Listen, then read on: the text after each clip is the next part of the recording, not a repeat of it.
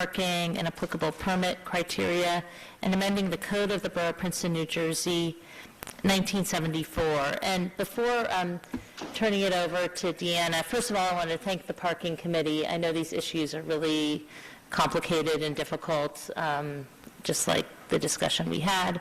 But I would say, both given the hour and also given the fact that this is going to pretty intensely impact a certain neighborhood, I feel like we just want to make sure the process is good and that we go and talk to those people who are impacted, that we maybe treat this as a work session. I mean, if council wants to move and introduce, it's on the agenda, people are welcome to do that. But I would recommend we have this discussion, not with the pressure of feeling like we have to introduce it, but just let's get some of the issues on the table, discuss it, and then... I was going to suggest, since it is 10 o'clock, that we table it to next time. It is an important issue. It will impact a lot of people, and it would be nice to do it earlier in the evening, I think. That is true, although next meeting I don't think is going to be any lighter. My main concern is that there's 4 or 5 streets, and I'm not sure if the discussion has been had with those 4 or 5 streets, with the residents on those 4 or 5 streets, and to be able to say, we hear these are the problems that you're having with the current situation, and this is how the ordinance is helping to address it. I mean, I feel even though, with just what we were just talking about with the shade tree ordinance, even though there was disagreement there, we could at least say, look, the current ordinance isn't working because we're having all these trees come down still. And so with the parking, I just feel like there's that one piece before it comes to introduction. Especially if we're just targeting that one neighborhood, I feel like we might want to go. Well, we're not targeting. And we have had this discussion before, quite frankly. So we've had it in public. Well, I think, how about this? Because I do think it's good to have a discussion that's structured around an ordinance that's on the table. And so, since we have the ordinance ready, I agree we should postpone. But how about if we send the ordinance to the current permit owners, because the current permit owners are the ones who are going to be of the free permits that we're deciding to change. Those are the people who are going to be affected. Yeah, I just had some questions and concerns about it, that maybe if we could just have a 15-minute discussion just about, I just wanted to understand the thinking. Then let's go ahead and get the ordinance, let's introduce it, and then we can amend it or whatever we need to do, but like Jenny said, at least there's something that we're discussing. We've got, we're dealing with something concrete. As long as we need to do it, I mean, rather than just have another discussion, we have discussed these issues, every one of them, I think. Well, I feel like the parking committee has, but honestly, I don't know if council has. No, I think we did.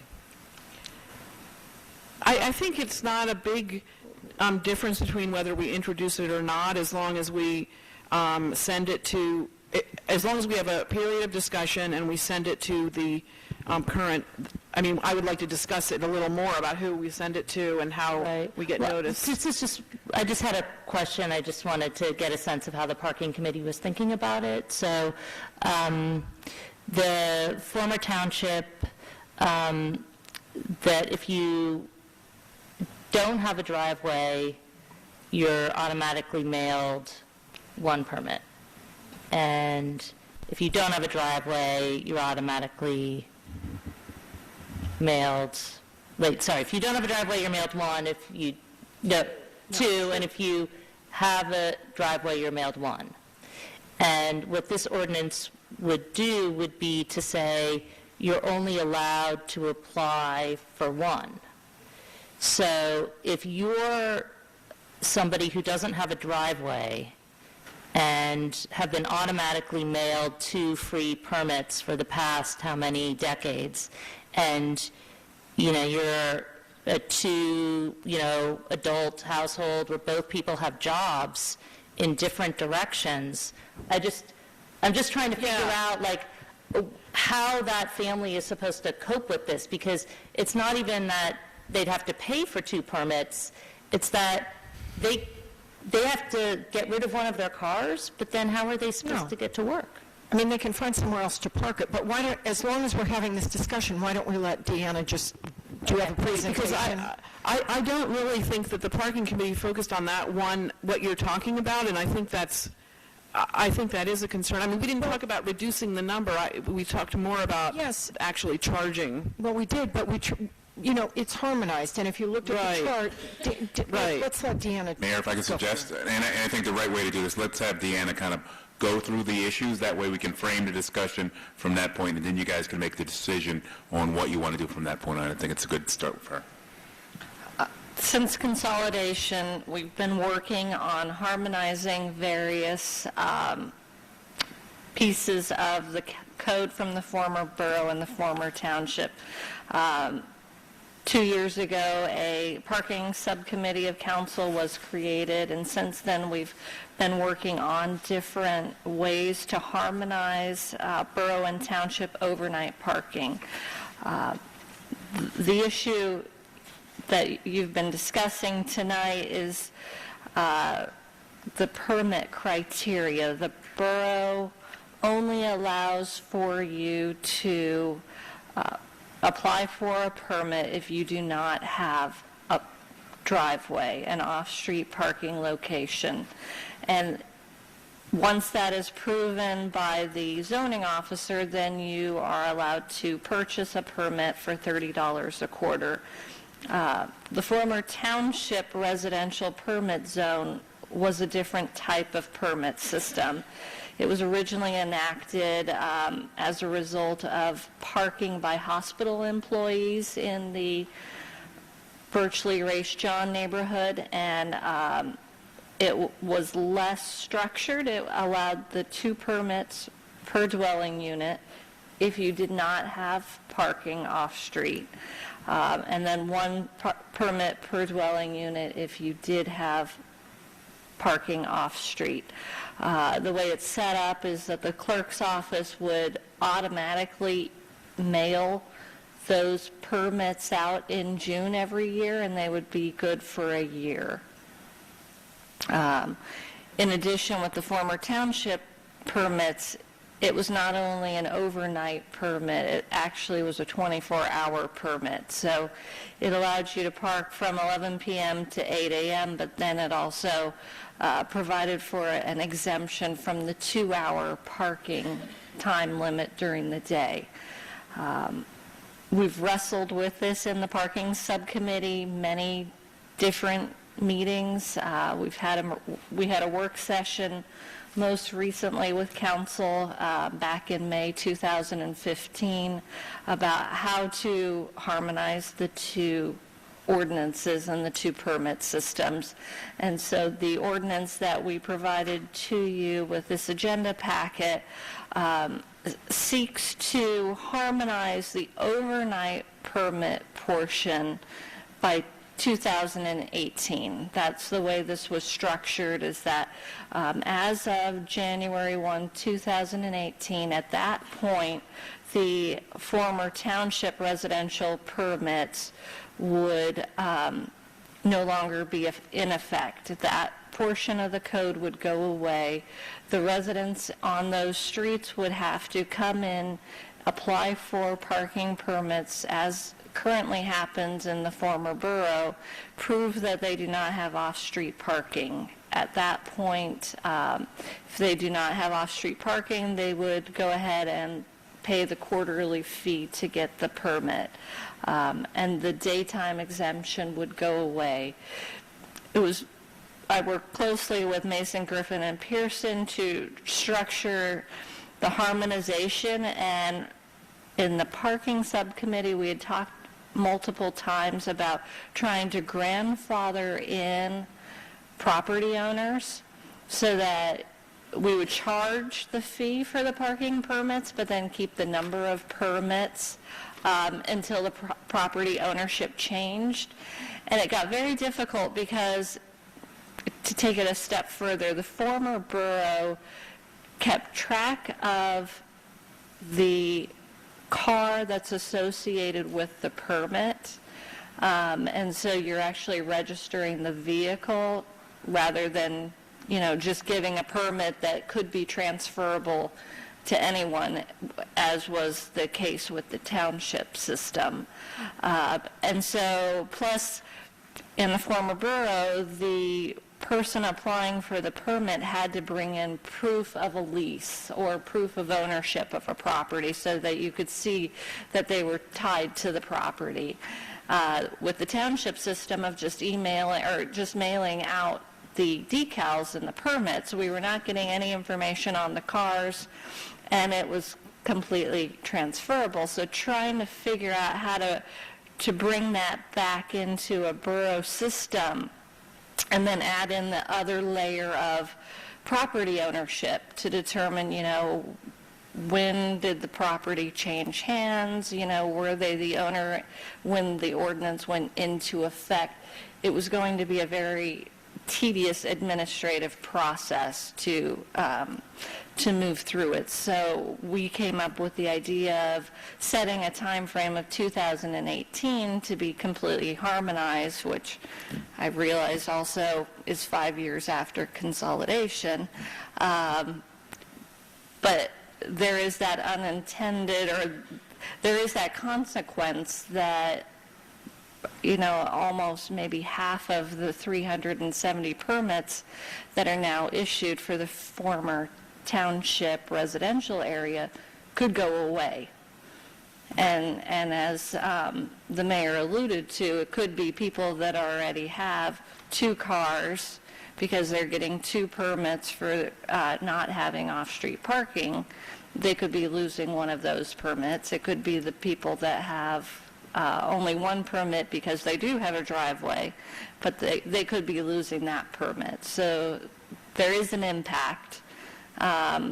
We're trying to seek equity within the parking permit system between the former township and the former borough, both in the payment of fees, but also in the allowance of parking permits per property. The former borough and the former township zoning, lot size is not that much different. And so this was our best way to try to harmonize the system. I mean, the other way you can go is to become more lenient. If it's an issue of the fees, instead of $30 a quarter, you say $15 a quarter. Or maybe you allow for a second permit for the former borough. And then you can also look at graduated costs for the fees, where one fee is X dollars, the second fee is 2 or 3 times as much. There's different ways that we can address it, and we can revise this ordinance that's before you, because right now it's just set up that everybody will pay the same amount and they'll fall under the borough criteria as of 2018.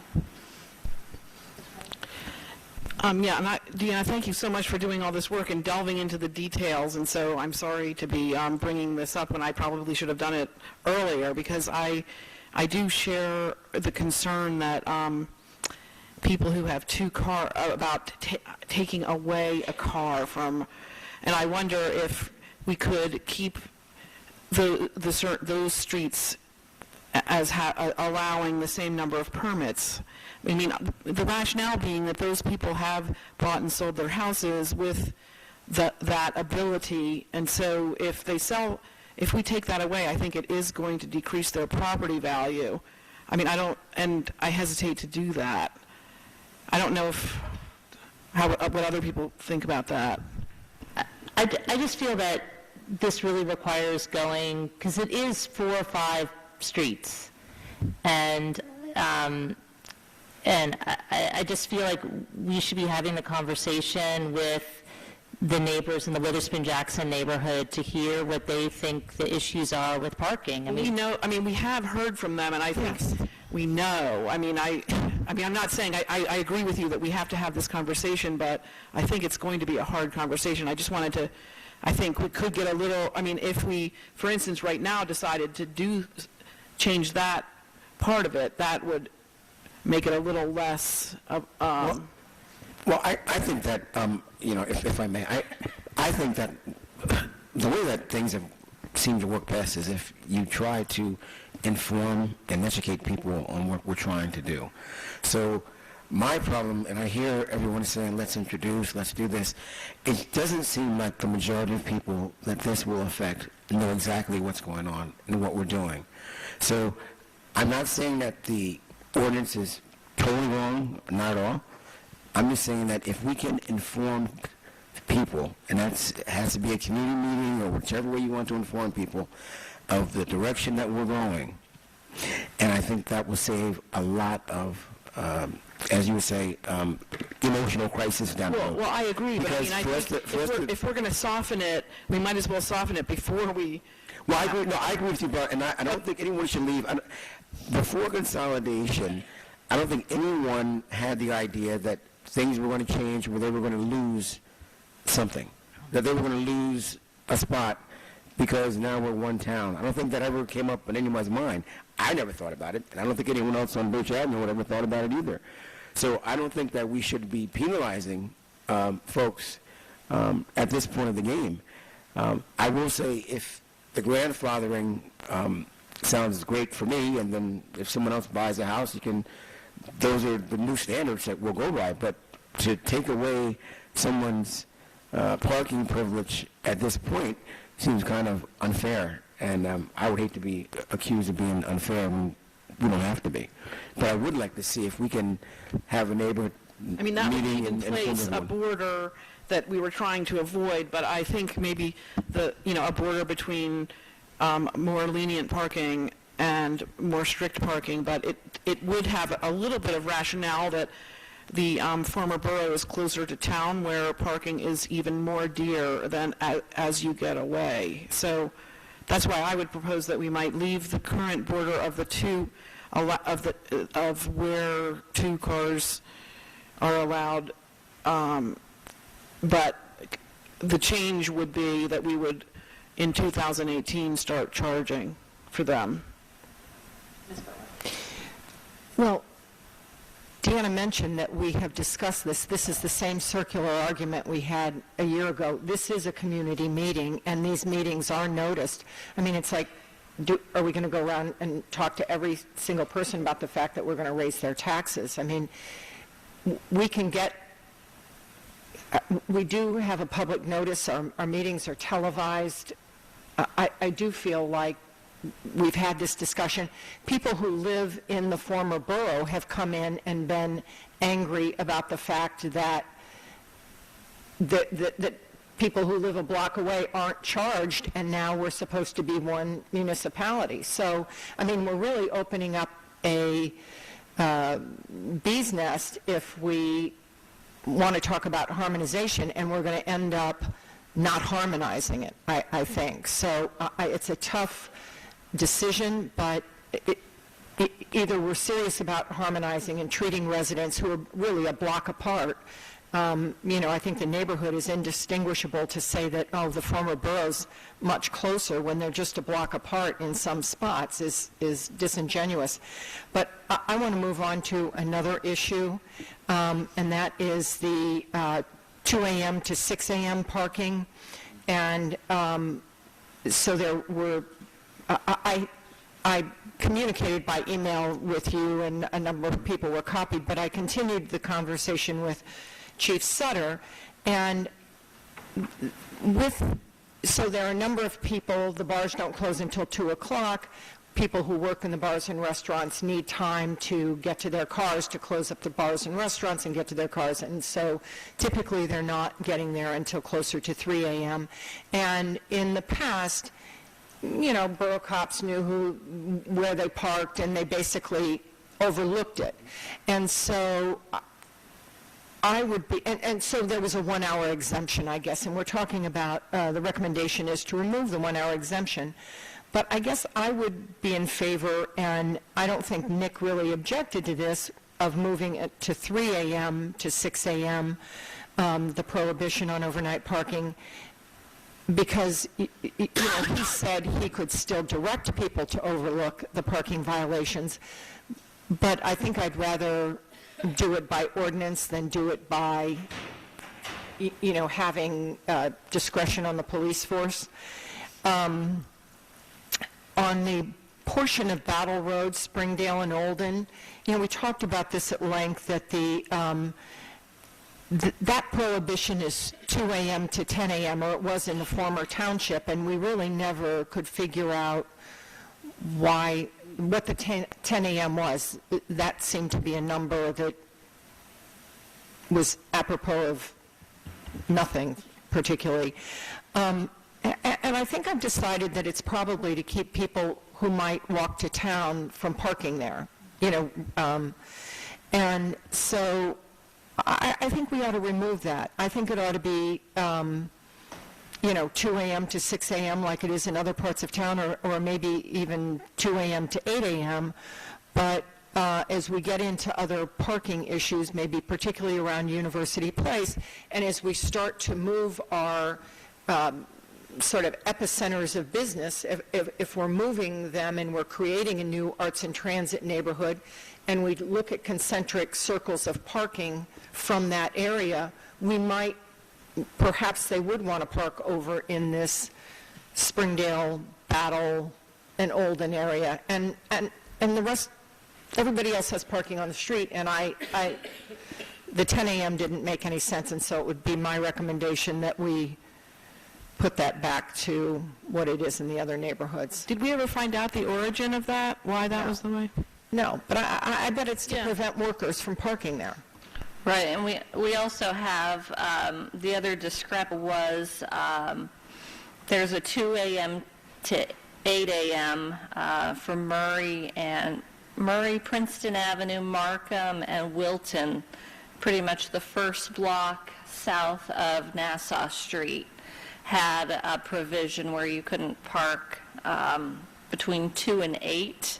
And my understanding that was to prevent those people that, say, got onto the Coach USA suburban transit lines up to New York from parking in that first block. Yeah, I mean, that's my neighborhood, and people do that after 8, but I think I'm assuming more people would do it before. It's a funny, just, 1 block stretch that you have that exemption, but that makes sense that would have been a historic reason. And you would recommend leaving that?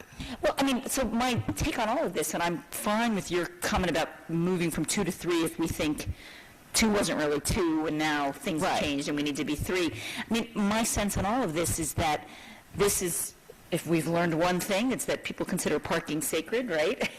Dan, have you learned that? And that parking's really important, and it is different, and that, to me, the important issue that I've said before, but I may be in the minority in this sense, is that people rely on the rules as they are when they move in. And this is something that's really core to their family, their existence, their work balance, all of that. And they rely on that, and I don't think it's treating people differently in a bad way if we continue the same rules. Look what we've done on leaf pickup. We've recognized that parts of town are different and had different expectations and different needs, people who live on 1/10 of an acre versus who live on an acre, and we do extra leaf pickups. And I think if we recognize that people in certain areas have built lives around and relied on rules to be the way they are,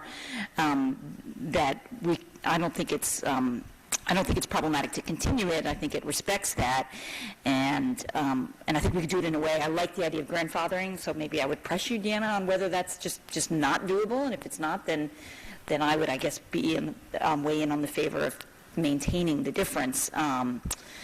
If it's not possible to eventually move. But the fairest thing, I think, is at least to grandfather in, because people have relied on it. Literally have decided we're a two-worker house and we're going to move. We're going to need cars and all of that. And this is a dramatic change. If we won't take away parking from people who have driveways, all of them have long driveways.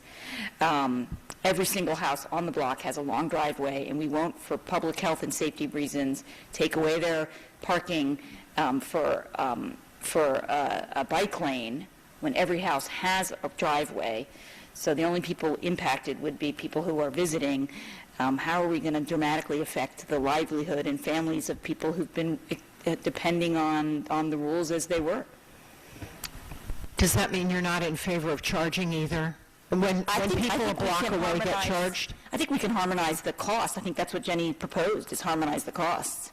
Well, I had one suggestion might be to find sort of a middle ground that treats the neighborhood uniformly. So, for example, the Witherspoon-Jackson neighborhood, we've heard that, and I have no reason to doubt, that some people need 2 cars, right?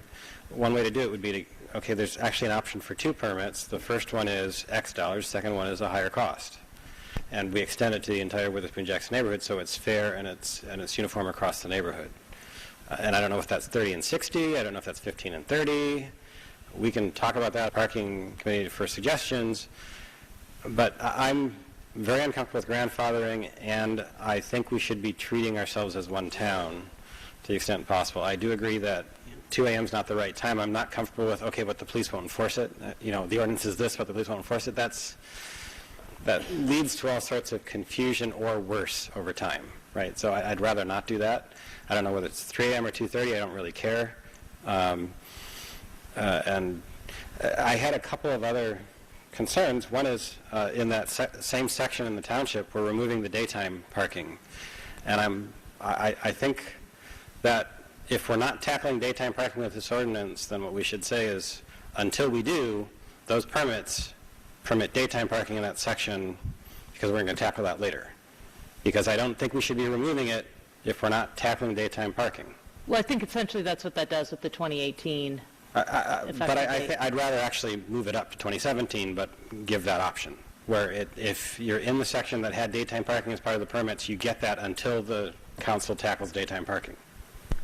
Right, but I thought the way the clerk's office works is that it's an annual permit, so... But it would become quarterly. It would just become the quarterly overnight would permit daytime parking on those streets. That's the suggestion. Right. But that's to try to find some balance in we're working on overnight parking. These two are interconnected, so we've got this sort of messy thing we have to leave in place until we tackle daytime parking, and this is a suggestion on how to do it. And that I don't think there is a need to extend that beyond that unless we believe that's the longer term intent. If so, we should just go ahead and do it. But I think the parking committee needs time to consider that, if I understand correctly. Another question I had, maybe I'm completely misremembering or this has gone away long ago, but I thought there were guest permits also. And we're not touching that. Okay. We've already done that. It's nay on the... Can I just say, the mayor brought up an issue, but in fact, in the Witherspoon-Jackson neighborhood that was in the former borough, we really didn't, to my knowledge, ever hear from people who had 2 cars and were only getting 1 permit. So you're bringing up a hypothetical that I guess, you used to get 2 permits, but there was no accounting. You don't know really who was using them, and so maybe it's a problem, and maybe it isn't a problem, and maybe it's a small problem. We don't know. We don't really have any idea whether it's a problem or what the magnitude might be. Yeah, and I don't know if that's the only neighborhood we should be looking at, because we also have Bank Street and the Tree Streets, where I know I have heard where people can't get permits, and they also can't find lots where they can get a permit, either public or private. One problem is that on those streets with Patrick's proposal, which I do think it's worth exploring about the variable pricing for the higher price for the second one, but at this point, I don't think we could give out more permits in the borough because there's no space on the streets in those in the neighborhood. Somehow, if people had 2 cars, we didn't hear about it. Right, exactly. I agree. It wasn't an issue that kept coming up to us. Right. It's like, we need another permit. It didn't come up. Right, because they were used to it, but the people in the township who had 2 do have. But maybe the problem doesn't exist. Maybe they were giving a permit to their friend. They didn't keep track of it in the same way. Well, I'll just tell you, I probably know about 10 that have 2 permits and 2 people driving. these are married couples, these Okay, are, well, these are maybe mother it and is. father, these are, different. Right. So, I guess I have the question that Ms. Carmel brought up, I guess I have a question about, which is, are we tracking that the number of permits is actually fits with the available spaces on a street? In other words, could we possibly sell 25 permits for a street that can only hold 20? No, we don't. We track that. What happens if I haven't gotten to the office before everybody else did? You're on the wait list You're on the wait list. until Okay. somebody releases their permit. So, for example, like Bank Street, Yeah. There's been people on the wait list for 4 years or more. I see, so that's how that works, and they're only getting one permit per dwelling to begin with. If you do not have a driveway, correct. You don't have a driveway. Yeah, so, I've heard from people who, they can't live there. Yeah, no, we've definitely received emails from somebody I Yeah. know, actually. Yeah. They choose to not have a But that car. actually creates a problem with the second permit proposal, because we may end up with scenarios where somebody's on the ball and gets 2 permits for their household, while somebody else can't even get 1. Right. And I think that there needs to be some kind of mechanism for the wait list is no longer than a quarter if there's a 2-car family and you're a 1-car, something like that. There's a provision proposed in the amended ordinance, in the ordinance for introduction that provides, and this is on page 10 of the ordinance itself, and I guess 135 of the packet, that provides that the mayor and council may also grant an exception to this requirement, and they grant an exception to this requirement when the factual circumstances support permitting a resident to park on an adjacent street to the street on which the resident lives, and when necessary to further the intent of this subsection. So the intent of that was in the case where it just doesn't, it was explained to me that where maybe it may not make sense for someone to, they may not be able to park on their street, but they can park on the adjacent street. So this could allow the permits to be issued for adjacent streets for people who are unable to get the permits right now. If I'm Right. Currently, I only know of one situation. It's a corner lot at Jefferson and Hawthorne. Their address is Jefferson, but their permit's for Hawthorne. But it opens up an interesting discussion of, like, 4th Street. Right. Right now, there's only 7 spaces on the street, I think, that you can get permits for. Well, say there's 13 properties that don't have driveways. Do you open it up and allow them to overnight park on Chamber Street?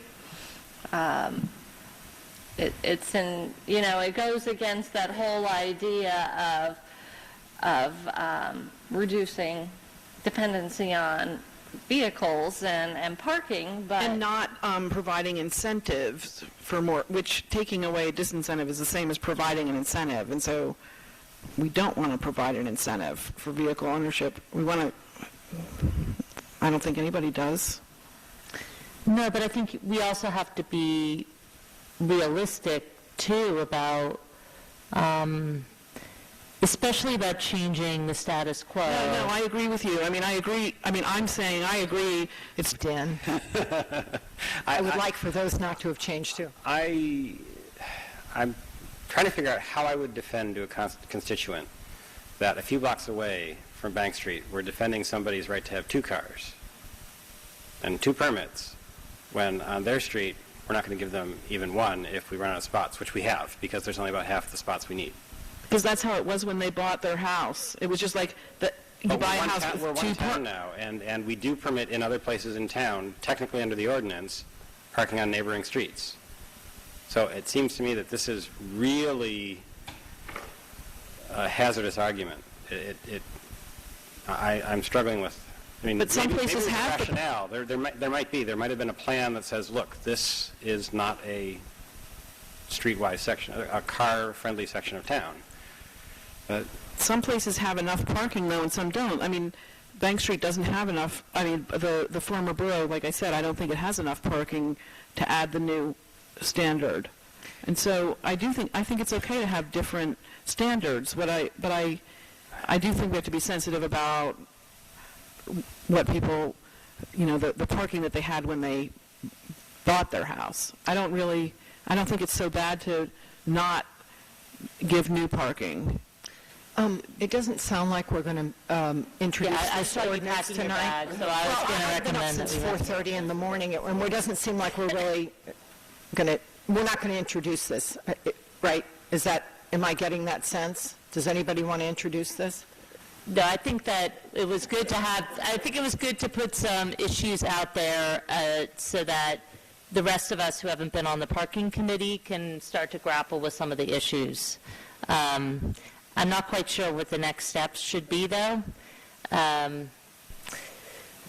do feel that, especially because it's, maybe we have to take a step back and figure out exactly what's being proposed before we go out into the neighborhoods, but certainly if there's going to be something that's life-changing, I feel like people should know before the ordinance is introduced, so maybe we just scale back on that piece of it.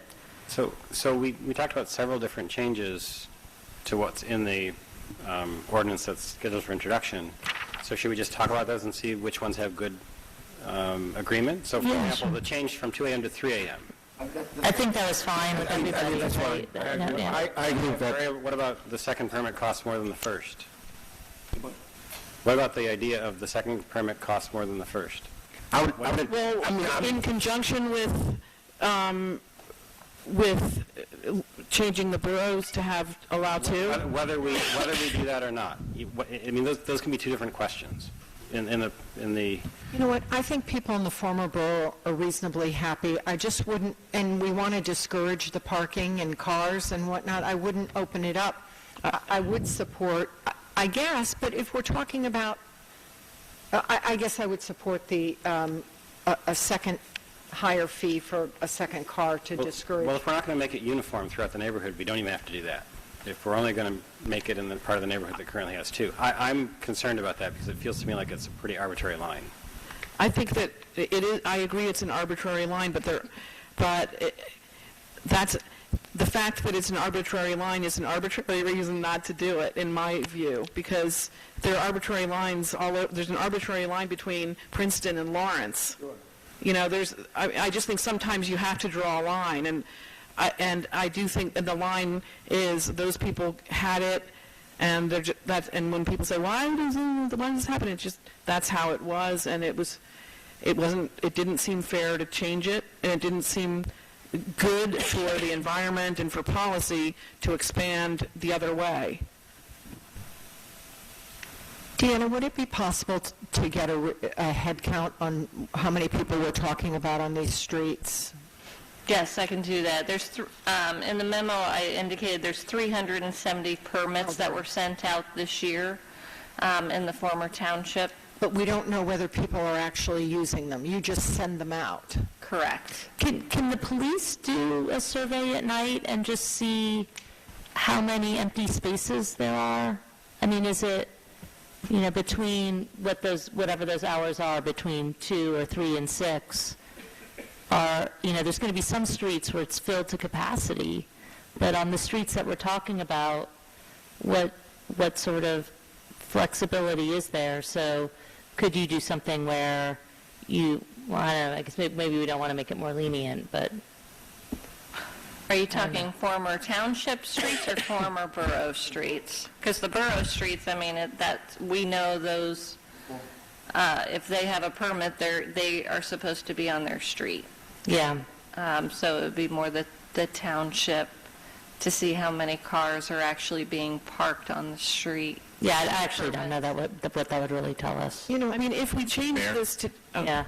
I just have two questions maybe that may be helpful. One is there a general agreement that we're willing to do no harm in the ordinance, come up with something that would allow for things to stay the same? Is there kind of a general agreement on that issue? Except for the pay, I mean, in my view, except for the I don't think payment. there's general agreement. There may be a majority vote. I don't know. I would prefer to have the neighborhood. I'm just trying to get principles and not so that we can then try to. I'm not sure there's agreement for that.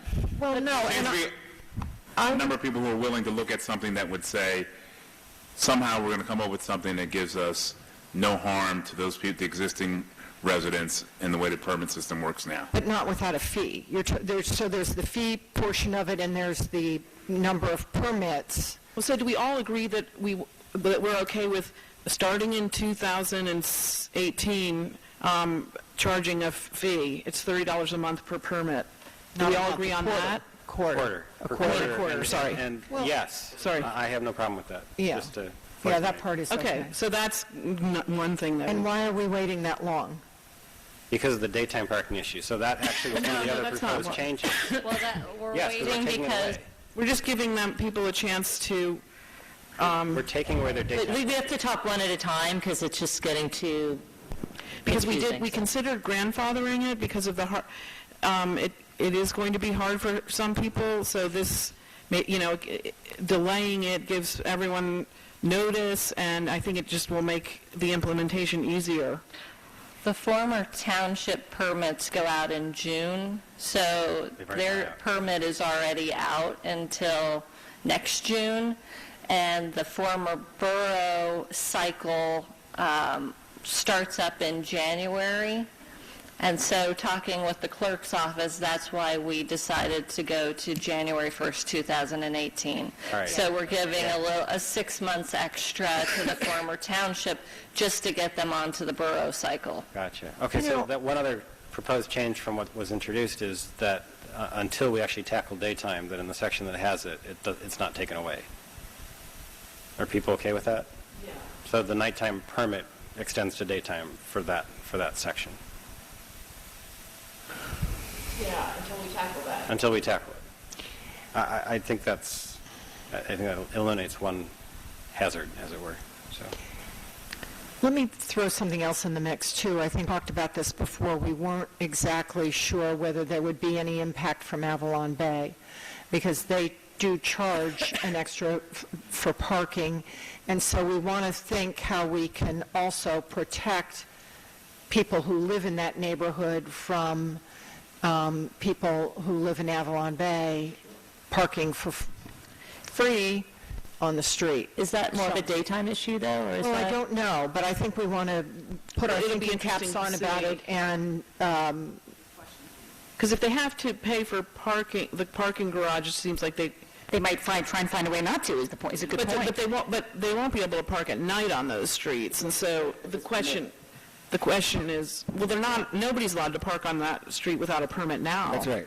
Overnight, and That's so, yeah, I mean, on which street? on the streets near Avalon Bay on the other side. But they can cross over and try to park. Yeah, in Witherspoon Jackson neighborhood, you can't park on the street unless you have a permit. On the east side of Witherspoon Street, that was covered under a no parking, Because 2 of the a.m. to hospital. 6 a.m. at all because of the hospital, correct. So that we would Just that want whole neighborhood has been that way for years. so we would want to keep that. So it sounds like we're okay, but something we want to monitor. Right, because that could be a problem. Yep. Yeah. Okay. I heard interest from a lot of people if there's any way to do some sort of grandfathering. Well, I don't know if that solves the looked at problem, it, because and then the when they attorney sell their said that, house, no, they not can only sell it to someone with one car. So I really, at this point, I mean, I'll think about it some more, but it seems to me like I feel like the solution is to just keep the boundaries where they are, where the old rules about the number. That's what I think. So that, because I think at some point, taking a parking spot away, I mean, we all have learned that a parking spot is taxed, and it's a very valuable thing, and so it's taking away their property value, and that's why I do hesitate